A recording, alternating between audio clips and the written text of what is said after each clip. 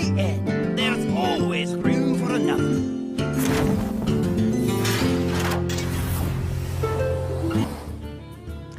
Hey guys, welcome to Turn2, a Hearthstone podcast from Doa and Artosis. Today we also have the one and only Wolf with us as well. Thanks for joining us once again, Wolf. How's it going? Always a pleasure.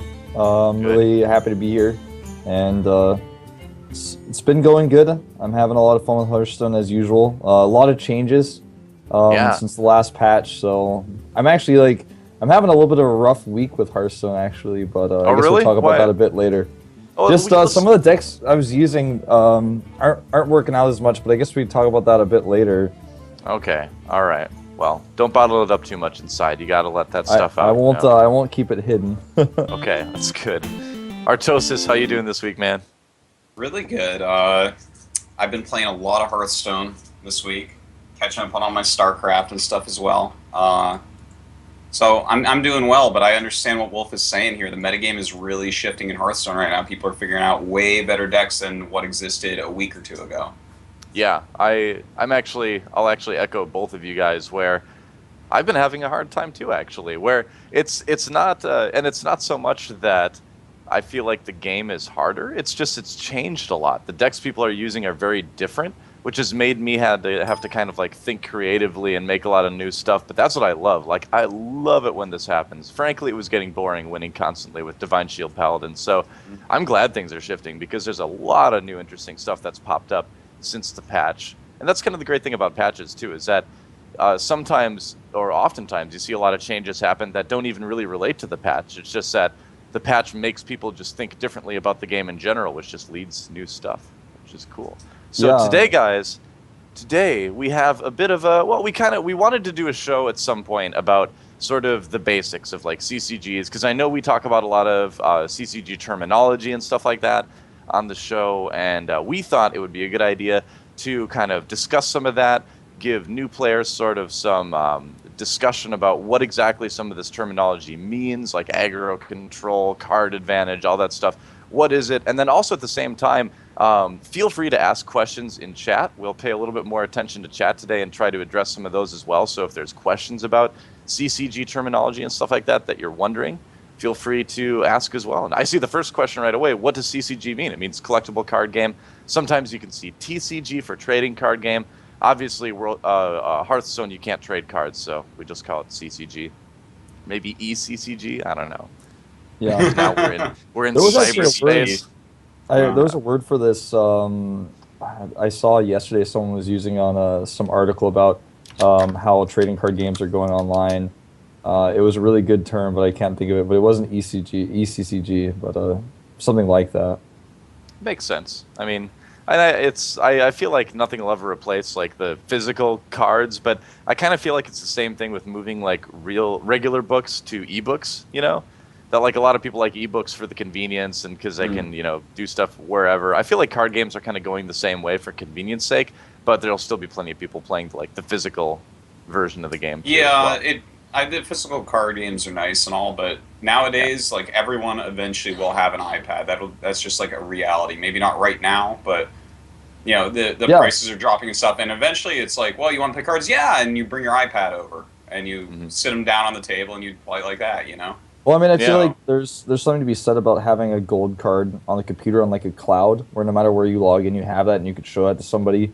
But if you have like a holographic card, for me when I was playing like Pokemon back in the day, I was playing Yu-Gi-Oh! You have that rare card, and you want to put it in like those little sleeves and put it in a binder or something. You can't even put it in your deck because you're scared it's going to get messed up, or like your little brother's going to break it or rip it, or it's going to get the crease in it. But when you have like no physical card in front of you, but instead it's online. I don't know. It just feels like you could throw that in your deck and you can actually show it off and actually use that same golden card or that golden legendary in your actual Hearthstone deck.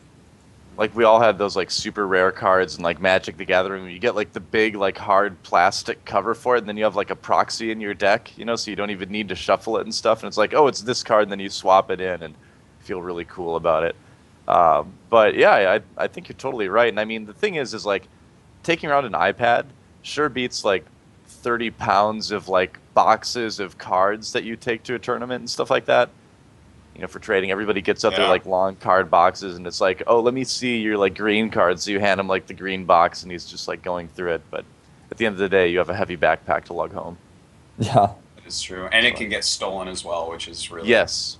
really sad when that happens. Dude, Yeah, when that's I the was a worst. freshman in high school, I had my entire card collection stolen out of my locker. All my Magic cards, all my Star Wars collectible card games, like, and I was really big into the tournaments in the region, like, so I completely had to start over. And I was a broke high school student, no job, like no money, Yeah. so that was not fun. You know what the That's- funniest thing It's is? rough times. You know those cases you have for the deck. I don't know. They're always like a different color and they look really fancy. Just little plastic ones where you slide it up and you take the cards out, you put them back in. Yeah. Whenever people bought cards in those decks, especially the really nice looking cases, those are always the ones who got stolen. But when I would bring my cards, like I would have like a big Ziploc bag of all the cards that I used to construct a deck. You know what I'm talking about? And then I'd have like my cards in like a smaller Ziploc bag with a rubber band around. That was me because I was like, I don't know, everyone always gets their cards stolen in those cases, but if I have it in a Ziploc bag and I'm carrying it around, That's like true. no one's gonna take that from me. I saw a guy at a Magic tournament once who had his entire deck in those big, like, hard plastic cases, and he was, like, trying to shuffle it and stuff. Oh It's like, god. dude, Oh, I That's remember so those funny. cases. seriously. Like, those you- guys. I don't know how many tournaments you guys played, but did you ever hit these kids that?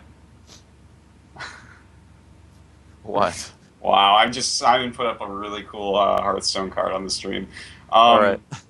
But okay, so I don't know if you guys ever hit these guys when you played like Oh, wow. Magic tournaments and stuff, but the kids who like, they like their cards are all like very soft because they like flip them down so hard. You know what I mean? And then they would grab my card and do it. I'd be like, "Excuse me, stop." Like what? And they just keep doing it. They do something against my card or something. Like they lift up and read it and then put it down. And, like do that thing where you like snap it down. Yeah. Like, don't do that. Oh, I hate Don't that. do that. I don't have any money. You can't. Don't fuck with my cards like that. I hated that, but that can't happen. Or those on guys that ECCG. shuffle your deck like this. They're like, Oh, yeah. "Shit," No, you're no, like, don't do it "No!" sideways. No, don't Yeah. want you doing that. Terrifying. Or Hate there's that. also the guys who like always their cards always kind of bend up slightly because they always grip it so tight on the corner Oh, when yeah. they put it down. Yeah. Then it Yeah, kind of yeah. starts to bend up. Yeah, I know Can't exactly stand what you're that. talking about. Hate those People would handle like if somebody handled my like cards I didn't care about that much, just common cards I didn't care that much. But if I played, a card I really cared about or one of my more important cards or a card that my deck was kind of centered around, I would get really mad. As it touched it and did that. Yeah. Oh, I should mention, we are actually, giving away 2 beta keys today. That's exciting. We're going to announce who wins that at the end of the show, near the end of the show. So I believe, and I just asked you this before the show, but I forgot. Can people still sign up for this? Is there still time, or is that over? Yeah, Okay. I believe Still they can sign up. sign up until the and until we draw it basically live, which could be at any moment. Okay, We haven't until decided we- yet when to do that. Until we so try, could happen anytime. I'm pretty So sure you can still sign up. Go to the iHearthU.com forums and you can sign up for beta key. I'm getting the link right now. I'm going to post it in chat. I think I can post it in chat. Let's find out. Is it going to work? I'm a mod. There we go. Yeah, there's the article for the Hearthstone key beta key giveaway. We just happened upon 2 extra keys here at iHearthU. So we're just going to give them away because we want you to play with us. So, yeah. All right. Now, as far as terminology goes for CCGs, I've got kind of a list here. So I figure we'll kind of go through the list, discuss that a little bit, and if people have questions in chat about like additional terminology, we'll try to catch that as chat rapidly goes by. But let's see. I want to talk about deck archetypes first. So let's talk about control. And I think there's few people in Hearthstone right now that are better suited to talk about the control archetype than Dan Artosis-Simkowski. So go for it, man. What do you have to say about control? Right. Describe the archetype for us. Whenever we talk about like a control deck, the main tenets of the deck normally is controlling what's going on and gaining card advantage. Card advantage is when over time you gain more cards than your opponent. For instance, if you use Forked Lightning, which is for 1 mana, deals 2 damage to 2 random minions of your opponent, and it kills 2 of their cards, right? It kills off like a couple, I don't know, Leper whatever, a couple leper gnomes. That's technically card advantage. That's 1 card that you've used to get rid of 2 of theirs. And it can get complicated counting that because, for instance, what if it kills off those novice engineer elves? Then you know, they already drew cards off of that, so what are you really gaining for that? Suddenly you've killed 2 of those, but they drew 2 cards off of that. So that's not necessarily going to be card advantage right there. It could be like a positional advantage on the board, something like that. But that's different. That's more of a tempo issue. This is, for control, you're just trying to gain card advantage over time. You're trying to, and the way to do that is you control what's going on, like area of effect spells, just like maybe a big taunt minion can help you do something like that. And generally you have like kill cards at the end, because most of your early mana is dedicated to controlling what's going on. A lot of the times at the end of the game you're going to have a few big minions or something like that to try to clean it up. Although it's not always the case, it's generally speaking. Yeah, I feel like a good way to describe control is you have this almost defensive style, but when your opponent does something, you react to it, and you're always ready to react to it. And if your opponent you put something down, you're always like, you have like a smile on your face because you're like, ah, well, I'm gonna, whatever you just thought you were doing, like I'm gonna turn the tables on you, type of deck where, you know, somebody puts down 2 cards they think are going to work well with each other, and then you play Forked Lightning, for example, or somebody throws out a tough minion in the late game, but you saved your polymorph and you just ruined their day. It's annoying. I didn't like blue in Magic the Gathering. I don't like control in Hearthstone either, because I play aggro style. That's what I prefer. And aggro, I mean, I kind of want to make the comparison that it's kind of like an all-in StarCraft, but I feel like there's more depth to it than that. But the basic gist of the aggro archetype is that you want to kill your opponent as fast as possible. And so you run a fast, cheap deck. You try to just either attack them before they have a chance to respond with any sort of control and kind of get too much damage in so that they can never really reach that late game. Or you can play sort of a different type of aggro deck where you're playing a lot of aggressive creatures, but at the same time a lot of cheap removal spells to sort of eliminate key things on their side of the board to let your damage get through as well. But just like with control, sometimes they're vulnerable a little bit in the early game. The aggro archetype is vulnerable a little bit in the late game, or a lot bit, I guess that you could say, in the late game. You do run out of steam very quickly with a lot of aggro decks, although some decks can be more mid-game focused, like the very popular Divine Shield Paladin deck, I feel like, is more of a mid-range aggro deck. And really a lot of aggro in Hearthstone overall is more mid-range, because that's just kind of how the card costs line up in this game. But you do see stuff like Warlock Murloc, which is super, super fast, early aggro, just kind of blow everything in your hand and hope you win fast. And that's one of the reasons why a lot of the aggro decks right now are Warlock-based decks, because you're being the aggressor, and as long as you're being the aggressor and emptying your hand, you're not going to take much damage, which means you can use your life tap more, which kind of fills in some of the holes of an aggro deck. So yeah, you wonder why a lot of the aggro is Warlock.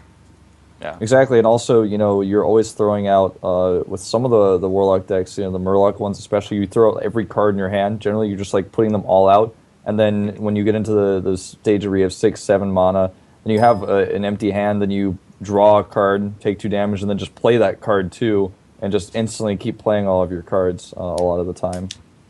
Yep. I mean, that's if you look at the 2 different types, like if you look at Warlock Murloc and if you look at Divine Shield Paladin, they're very different types of aggro decks. You know, we talked about Warlock Murloc, where basically the idea is, like you said, to gain that board advantage, that card advantage from drawing twice a turn rather than just once by using the Warlock ability, and then having enough because of the cheap cost of Murloc cards to just keep playing stuff faster. Whereas the Divine Shield Paladin deck relies on getting to, you know, turn 3, 4, where you get like Sword of Justice, so that the creatures you play between Divine Shield, which prevents your creature from taking the first amount of damage that it would take, and then also the buffs that it gets from other cards, means that the cards you play are going to be largely more efficient in that period of the game than what your opponent's going to play. You know, where they're playing 3 3s, you're going to be playing 4 4s, and so you gain an aggressive advantage that way. So there's a lot of different depth to both aggro and control too. Yeah, there's, and as you said, you know, something like you might hear mid-range thrown around, as Doa said, that's more mid-game focus, like maybe higher mana cost, not 1, 2, and 3, but you know, like 3 and 4, like that that range, I guess. It's harder to say exactly in Hearthstone. We're still kind of figuring it out, but It seems like Hearthstone is more mid-range oriented because there's so much strong removal from like turns 1 through 3 that it's hard to keep stuff out there that you play then. Mm. Let's describe what a combo deck is for people. Okay. Because I think that can be a little bit confusing because people are like, well, a combo, this is an awesome combo in this deck. And it's like, yeah, a combo could technically be anything that is 2 cards. In fact, that's like the rogue special ability is to combo, which just means playing a second card in a turn that has the combo on it. But that's not what a combo deck is. A combo deck is a deck that generally you're going to try to play a lot of card draw, a lot of search, stuff to stall out your opponent, whether that's some sort of minion removal or defensive stuff like big taunts, something like that. Mm-hmm. And then you go into like a sudden kill that requires multiple cards. And that can be something like, for instance, the Hunter one-turn kill deck. That was a combo deck where you're basically waiting for a certain amount of cards in your hand, a certain amount of mana out on the board, and then in one turn you just suddenly kill your opponent. So like you'd stall and kill off as many minions as possible with some early removal. You'd maybe use some trackings to try to get as deep as you can. And then maybe some of your small minions draw you cards as well to try to get through your deck a little bit faster. You generally want to have the most streamlined deck possible for a combo deck. And then you go off. You like play your Buzzard. You play a bunch of 1-cost minions which draw you into more. And then you play Unleash the Hounds and you kill your opponent. So that's basically what a combo deck is. It's a little bit harder to make in Hearthstone right now. There are a few that pop up, but you need kind of a deep card set a lot of the time to make one that is like tournament winning quality. They only pop up like every now and then. It's like kind of like a if it relies a lot on surprise. I feel like with some of these decks, because once you know what type of deck you're seeing, if you can realize what you're up against, you can kind of prepare for it. One of the reasons why the Rogue was so strong and some of those cards were so strong before the patch with Conceal being free, for example, is you could create these crazy combos where you put Illidan and you have a Questing Adventurer out like really, really buffed crazily, or you have a full board with Illidan's minions or Edwin Van Cleef, and then suddenly just you conceal everything and your opponent's like, oh, what am I going to do? And then you just kill them the next turn because they can't do anything about it. So you just play a bunch of cards all at once. It relies a lot on surprise. But like you said, for tournament type stuff, if somebody hears like, oh, he's got this deck and this is the combo he uses, and it becomes like a little bit easier to counter that. Yeah, usually in Hearthstone, I've noticed a lot of people are using the term OTK with their combo decks, which stands for one-turn kill. And so that, we first saw a little bit of that with the Warrior OTK decks, where you could like turn 7 and 8, you could do like 32 damage, if I remember right. With the like Warrior War deck. Song and so that's like a combo OTK deck. Otherwise, early on there were some people playing around with big combo decks for Priest, where you get like a 40-40 Lightwell or something like that, and then just slam somebody. So, yeah, that's kind of the idea behind combo decks, is just to kind of play subtle, play safe, and then eventually just like hit them with something huge on one turn that they ideally can't do anything about. Let's see. We should hit tempo decks also. Oh, yeah, sure. Tempo decks are a little bit harder to describe. I'm not sure that there's any good examples in Hearthstone yet. Not any really, really good ones. Like maybe, for instance, in Magic, I was going to say in Brood War. I'm like, what? What is the Brood War of Hearthstone? Oh yes, it's Magic. Yeah. Like it would be something like playing some early minions. It seems like aggression, and then it uses things such as bounce, like stuff to return minions to your hand. To your opponent's hand, rather, to keep getting your damage through. So you're like eliminating very specific elements of your opponent's play. And the thing is, a lot of the time with a tempo deck, you're gaining advantages. Like, if you listen to me, like when I'm talking about Hearthstone, sometimes I might mention like a tempo advantage. I even mention in StarCraft sometimes, where while you might be losing like more than your opponent technically, you're gaining like a time advantage where like, well, I have such an edge with these 3 minions on the board attacking, even though I lost card advantage to you, I slowed you down enough that I have such a time advantage that it's going to be hard for you to catch up. So it's like, I guess it's more complicated a lot of the time to play than like an aggressive deck. It's more complicated to build a lot of time than an aggressive deck, but it's another archetype. It's a good one. I feel like a lot of what we saw from Rogues pre-patch, you could apply the term tempo to a lot, because things like backstab, sap, and all that stuff. Although that reminded me a lot of like Red Sly as far as like aggro back in the day, where it's a lot of cheap aggressive creatures and a lot of specific removal. But I mean, for me, I've always thought of tempo as more as like something that is contained within decks than like a deck type itself. And I know people do talk about like tempo being a deck type, but I guess me personally, I've always just associated that as like a characteristic with certain decks. Yeah, I kind of feel what you're saying there. You know, there's cards like Sap and Backstab in the Rogue deck, and also some of the cards you have in Warlock decks, even like Bane of Doom, where you do 2 damage and then you summon a random demon. Those types of cards can really give you sort of a tempo advantage sometimes, and you know, you can even use some of these cards against yourself to get an advantage, like Mortal Coil. One of your own cards that, you know, if it's no longer useful to you, to draw a card, and just to get a slight advantage. In fact, someone in the chat mentioned a Mage Secret deck using the Arcanist. I don't think that's like a top deck, so I didn't mention it, but I actually try to make a tempo deck based off of secrets, and it kind of works sometimes, because like what you would do is you lay the minion and the secret, right? And all the secret's going to do is slow down the removal of your minion so that you gain that time advantage while you're getting to attack and stuff. Maybe the freeze cards from Mage give you some opportunities like that. The bounce cards, bounce being returned to their hand. That's another little CCG term that Rogue has. Those are the only ones I can think of right now. Like that type of stuff is very tempo oriented. Yeah.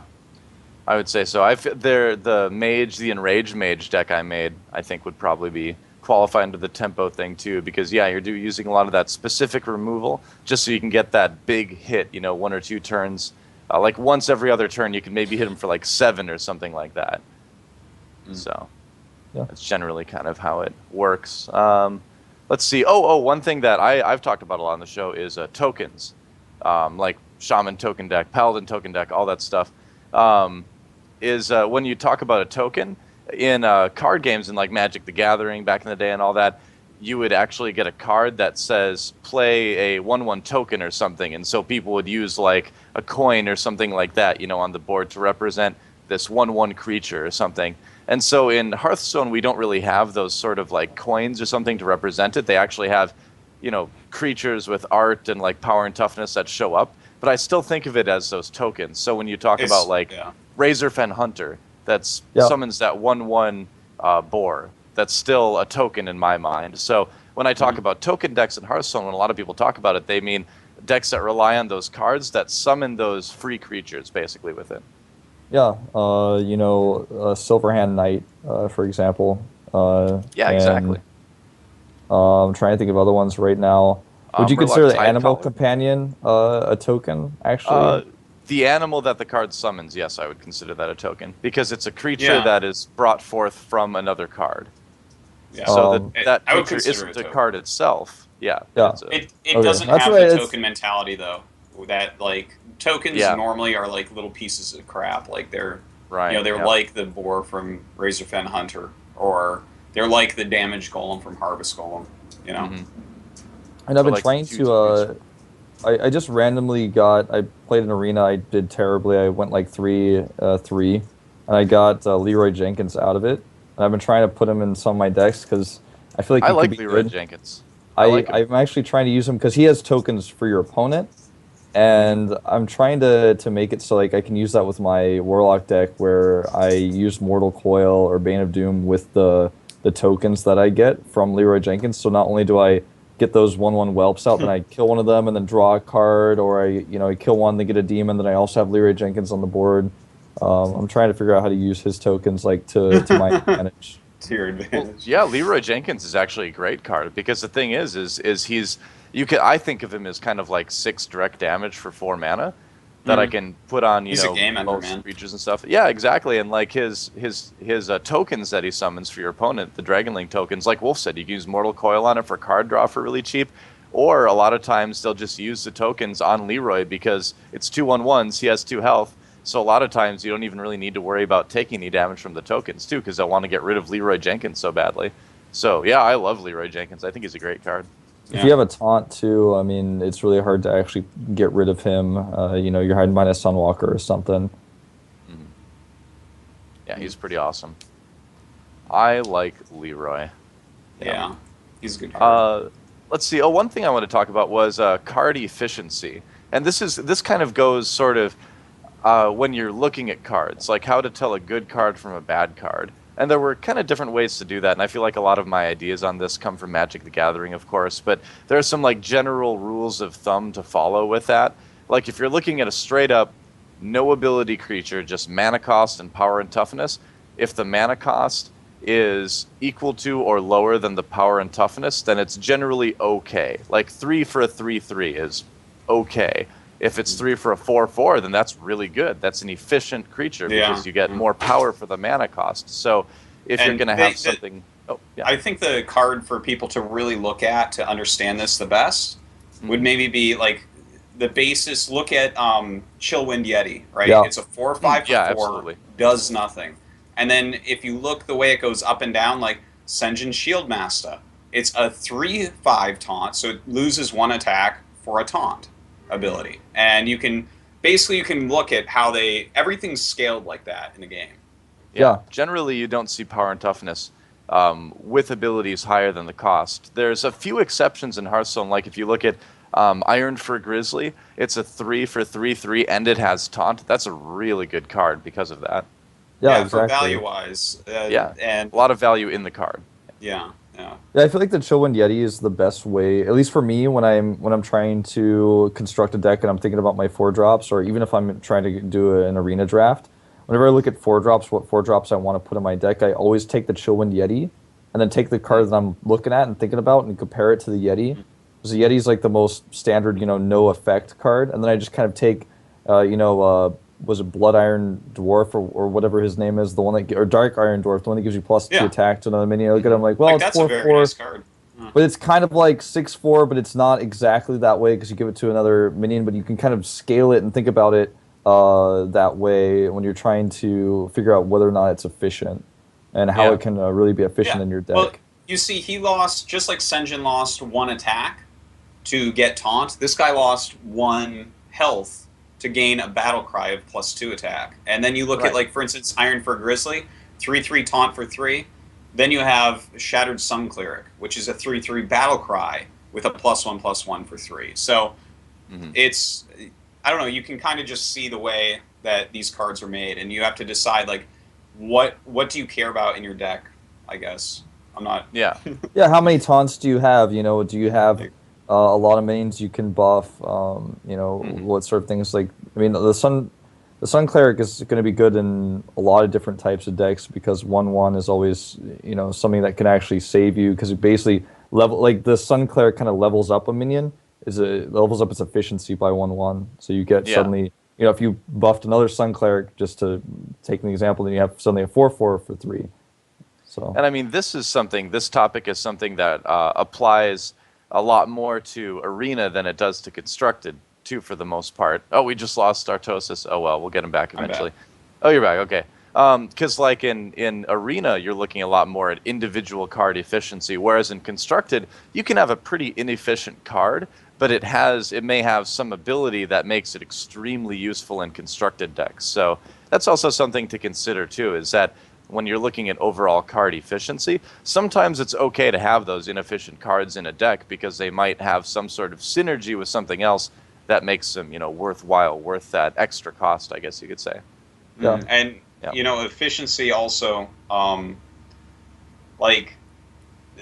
it's used a lot, like just the term overall, like how efficient are you doing certain things? Like, for instance, are you killing something that has 2 health with a spell that deals 3 damage? Yeah.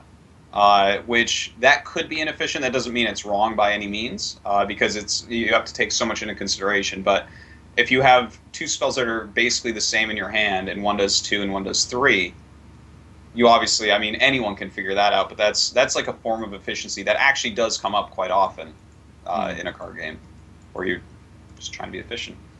Yeah, I mean, if you look at efficiency too, it's like if you have, and this kind of goes back to other things we were talking about, like card advantage too. Whereas if you have a 6/6 on the board, and they really need to get rid of it, so they use a spell that does 2 damage, and then they attack it with 2 creatures that each do 2 damage, and then so they use 3 cards to get rid of your 1 card. So and that's that provides you card advantage because they were inefficient dealing with it.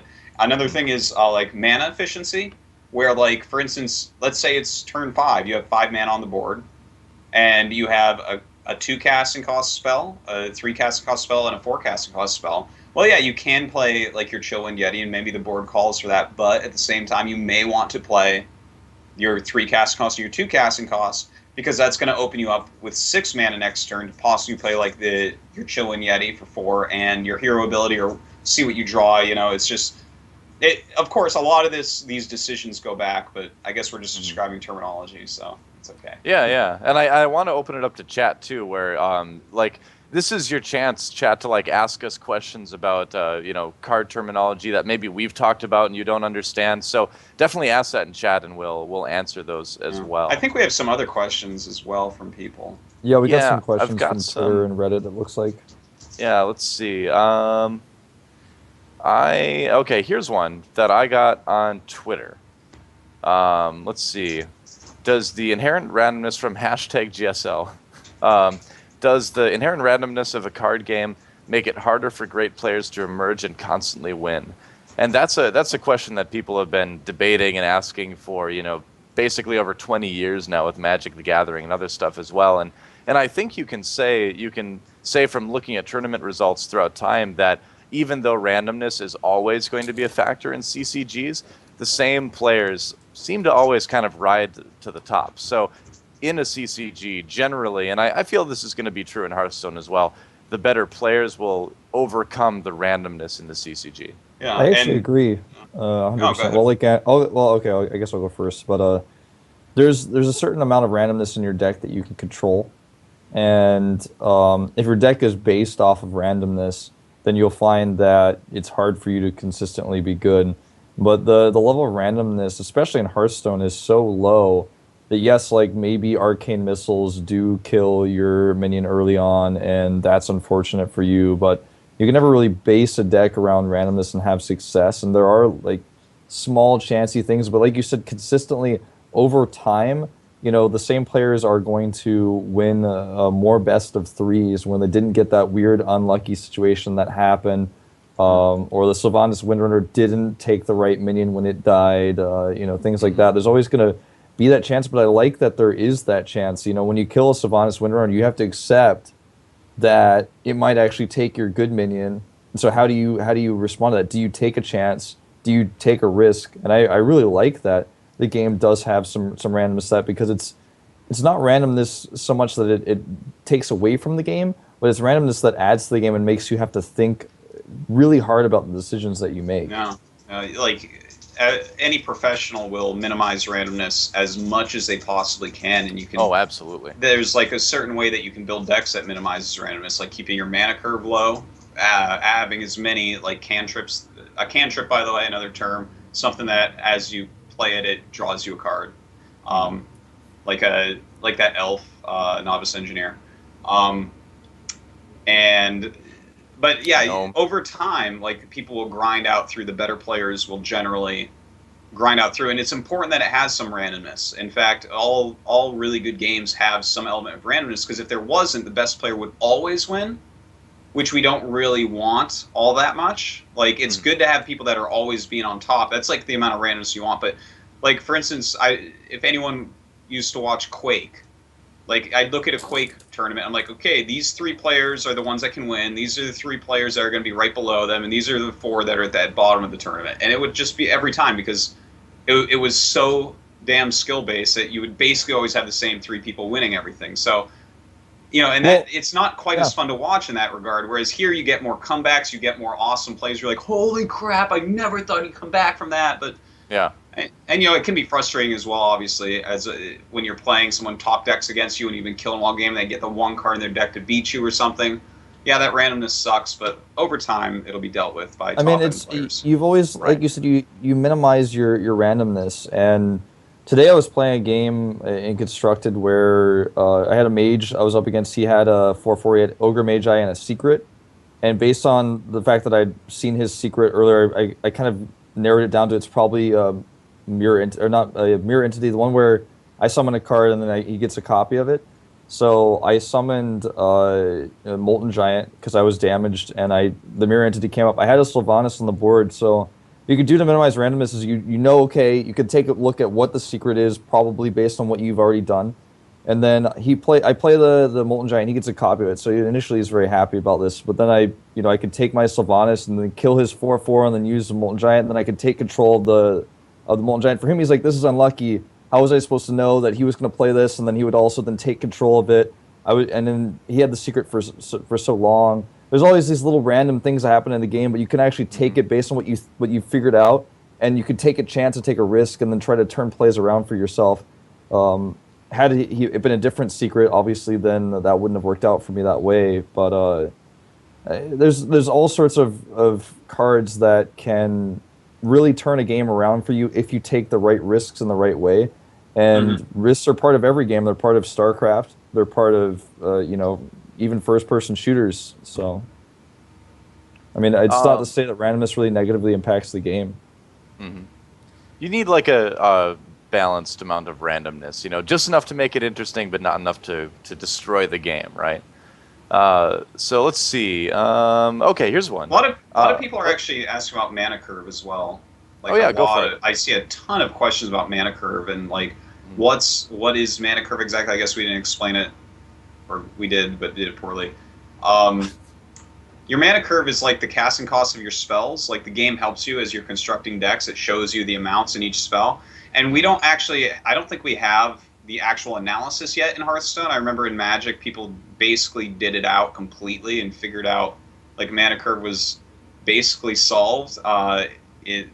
But like, how do we explain this exactly? So mana curve, you want to make sure that you're mana efficient each turn, and you want to make sure you don't have turns that are basically wasted.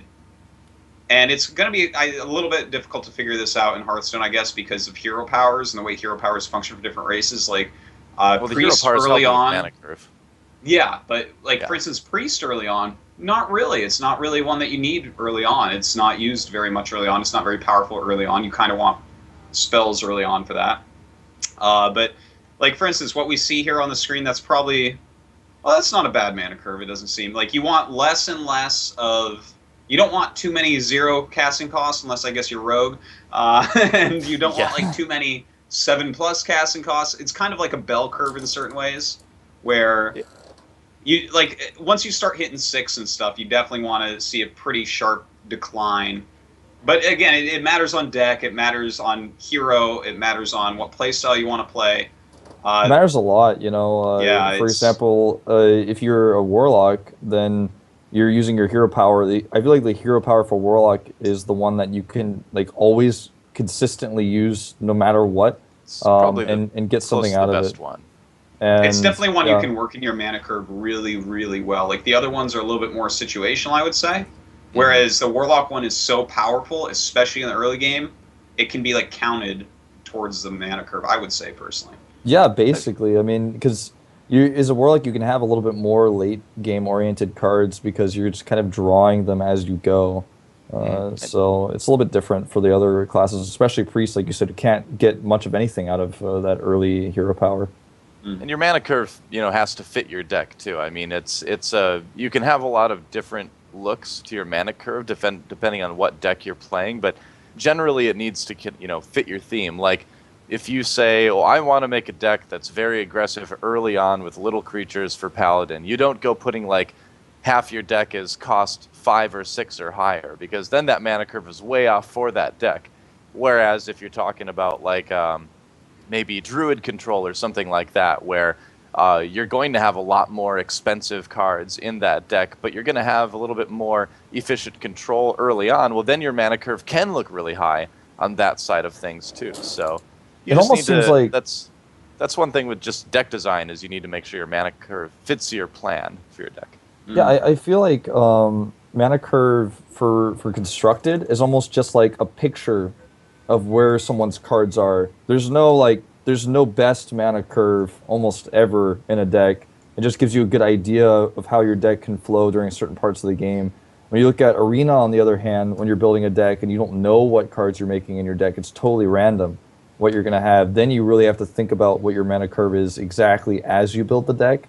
For me, when I build a deck in Constructed, I just make the whole deck first, and then I look at the mana curve and I go, okay, this is kind of a picture of where my deck's going to be during certain parts of the game, and what cards I might have. Do I have too many 7s? And then I think about it there a little bit and make some adjustments. But I feel like it's more so just like a picture, more than a guideline. And generally speaking, if you ask yourself the question, do I have too many 7s, you probably do. Yes. Yeah, probably, yeah. We all love Crawworm in Magic the Gathering, but he doesn't really fit in every single deck. Here's an interesting question that I got on Twitter a little bit earlier. Eric Dijkstra, I can't pronounce his name at all, said, are CCGs the first example of a pay-to-win multiplayer game? And I would say, no, I don't think so, because, I don't know, there's so many examples of pay-to-win multiplayer games, right, like out in the real world, like NASCAR, for instance. Everything's pay-to-win, man. Like, everything is pay-to-win. Yeah, NASCAR. How about golf? Golf is pay-to-win. It's, Yeah. I mean, I'm going to go ahead and say, you have to pay your golf fees, you have to get golf clubs. yeah, Someone's going to have nicer pay to get golf on the clubs than course. you have to get lessons. And someone's like, well, I don't know, you can use kind of bad ones and then grind. I'm like, well, actually in Hearthstone you can grind out and get every card if you want.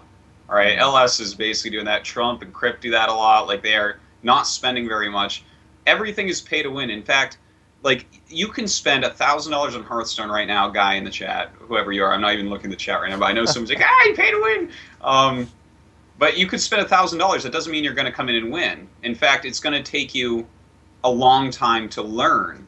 Whereas, you know, like, it takes longer to learn this stuff and get good enough to be at the top and win than it does to go and work at McDonald's to make enough money to buy all the cards.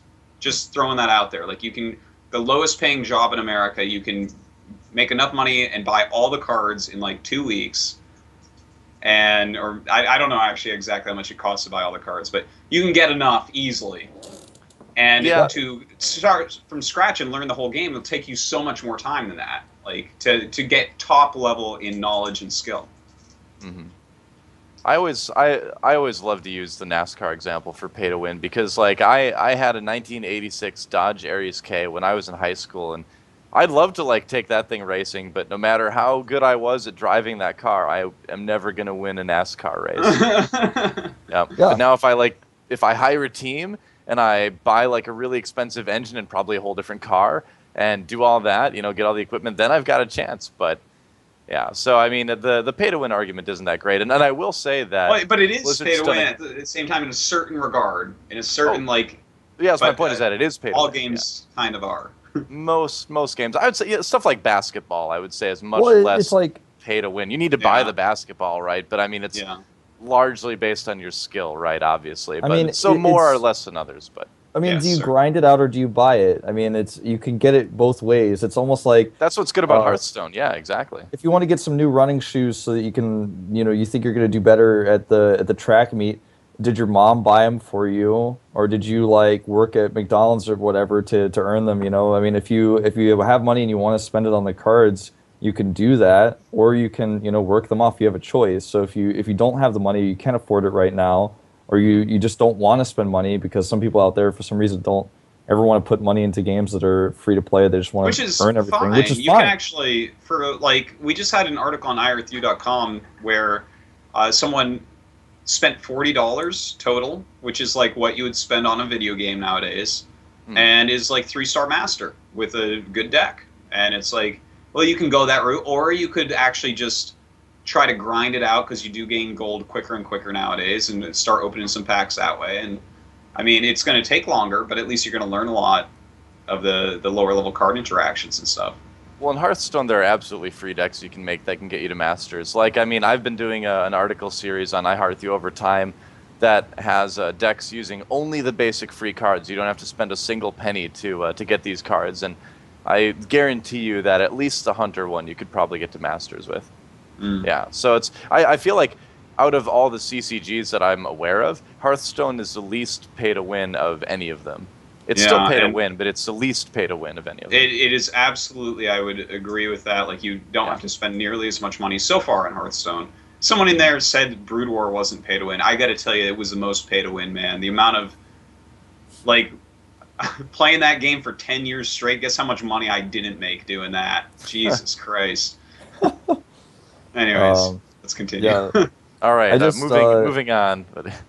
I feel like if you want to have the cards faster, if you already know about the game, like if you already know how to play card games competitively, like you know, high level players, and there's a lot of them out there, ourselves include, that already know how to play card games, played a lot, and you look at Hearthstone, you play for, you know, like a week, and you're like, oh, I think I get this game, but I wish I had these cards, and you buy the cards, then yeah, you're gonna win more with the cards you think are better than somebody who just instantly says, I'm not gonna buy any cards, and I'm just gonna spend a week to get all the cards that you just got. Yeah, you'll win first, but it's just like because you put the money down first. It's not pay to win. It's just like pay to get the cards faster that somebody else is gonna get later anyways. It's definitely a shortcut, no question about that. Yeah. And for me, it was a shortcut. I've actually spent a ton of money. I have almost every card. Yes, same too. It's like being a father and having a full-time job, I'm going to take the shortcut. I really like the game. So. Well, isn't that's the great thing about like being an adult, is like now I can like spend frivolously on card games. When I was a kid, man, I grinded my Magic collection for years. Oh, dude, yeah, me too. Whereas now I'm like, well, you know, I have some amount of disposable income, and the amount of joy this game is giving me, I'm gonna put in a few bucks, you know. Yeah. I mean, I'll just say like how much I've spent. I've spent $300 on the game on Hearthstone so far, and that's gotten me nearly every card. Let's see, after the wipe, when I got everything back in gold to just buy packs with, that got me nearly every card I would use in a deck, and then also like 9,000 arcane dust as well. So I had plenty of dust to just like get whatever card I want. So, I mean, I feel like if somebody's playing Hearthstone, they don't want to spend that much right away, because who really would? But over the course of a year, that's not bad, or like 2 years or something like that. Plus, you're going to be winning a lot of cards in Arena. So, yeah, I think Blizzard's done a really good job in making it very accessible for people to get decks they want to play at a lot of different, you know, income levels, I guess. So, yeah, I mean, there's plenty of like competitive Magic the Gathering decks right now in the competitive scene that cost more than $300 just for that deck. That's something to kind of keep in mind. Oh, too. Absolutely! I had decks with so much money in Magic. Oh my god. Yeah. I mean, like you said earlier, Artosis, it's like this is probably the cheapest like card game there is when it comes to pay to win. Well, that's a really good point. Graug in chat says $300 is the same price as a year of a World of Warcraft subscription. So that's true. If you've played WoW for a year, you've already spent enough money to get all the cards you would ever really need in Hearthstone. Look, over time, it's going to get more expensive. I'm bad at math. Hold on. It just depends on, I guess, your plan, but if you think about like how much it's 180. It takes in like, for example, Yu-Gi-Oh was the card game that I played the most. And if you're just starting Yu-Gi-Oh, like you want to play the game, it's not like this game where you actually just play against a computer and suddenly like somebody's giving you free cards and you just like start to make a deck. What actually happens is you have to go and, if you're new to the game, probably buy like a starter deck. Like, you know, you pick one of the different characters from the TV show or whatever. They have like starter decks they sell. Like you pick the Joey deck and you're like, I like the Time Wizard, and you spend like, I think at the time it was probably like $12 or so to buy that deck, and that's like $12 right away. And then if you want to make any deck that's going to be worthwhile after you kind of learn how to play the game, you're spending, I don't know, for me, I guess packs cost anywhere from, depending on where you bought them, for $4 to $10, and what type of pack it is, how new it is, or what store you're at, if you happen to get lucky. And you just buy these packs, and it's all about the trading card games and CCGs in general, just all about the idea of opening a pack, and that's exciting, and you get this card, you know, it's collected. I love opening packs. Cards.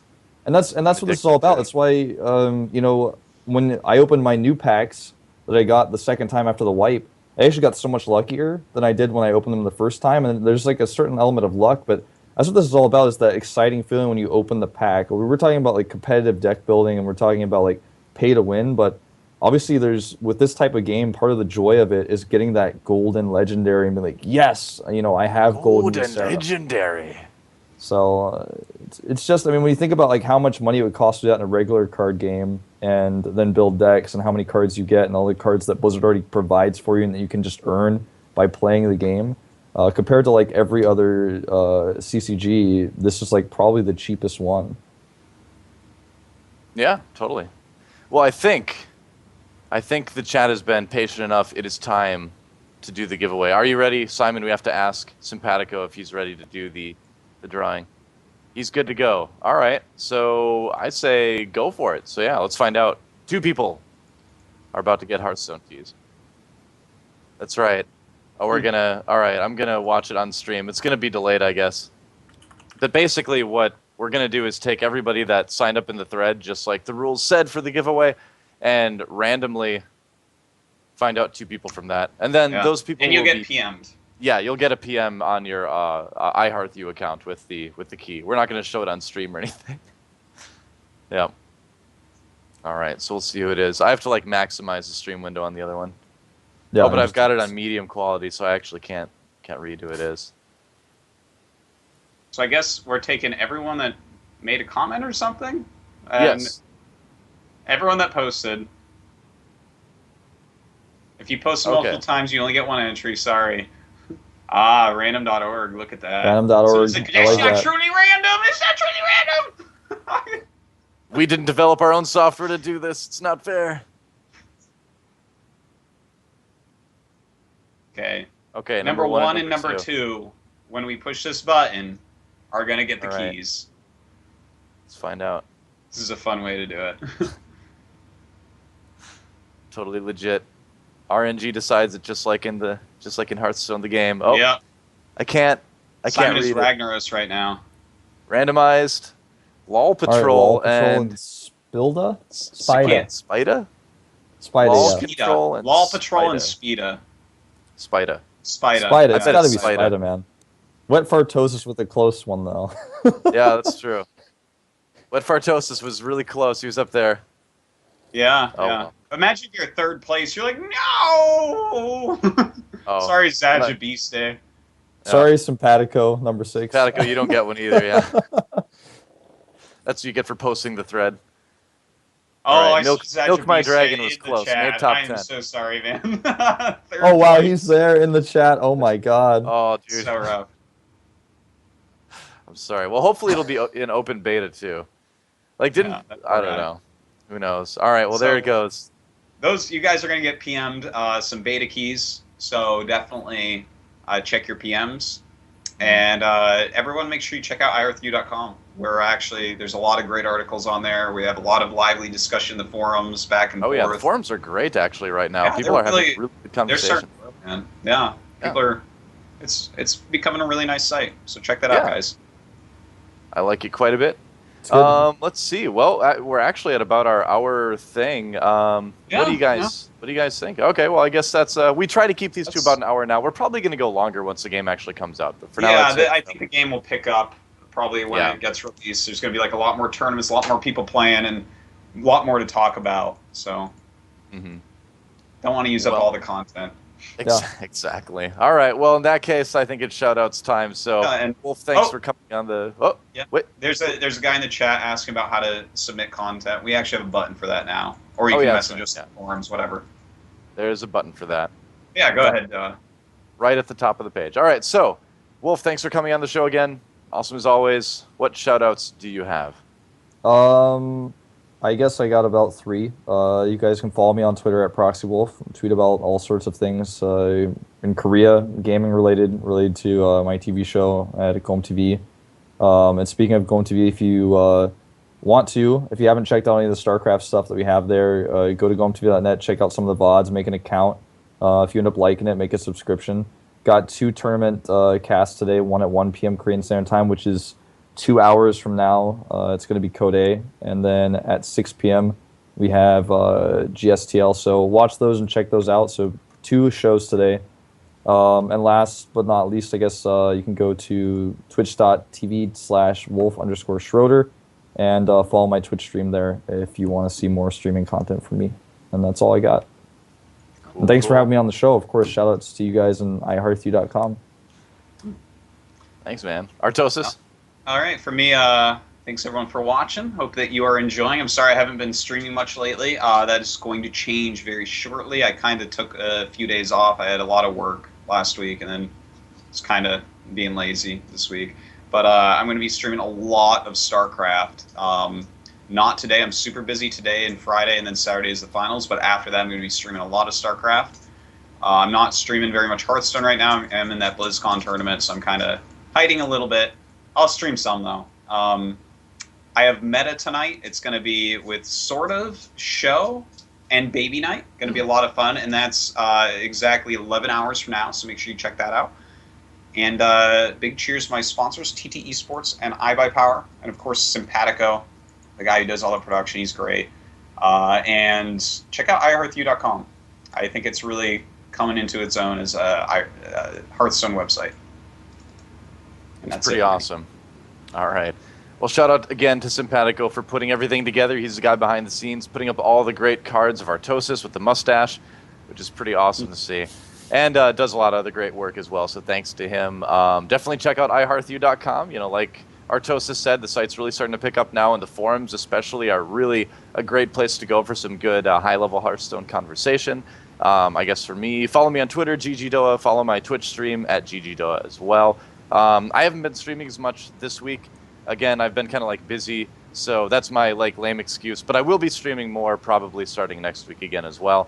And tonight on the OGN stream, actually at 6:30, we've got more WCG Korea for League of Legends, and the matches have been really, really insane. Actually, SK Telecom lost yesterday. I can't believe it. But that's about it, I guess, for my shoutouts as well. Thanks to you guys for watching the show, and we will see you next week with more Turn 2. See you then.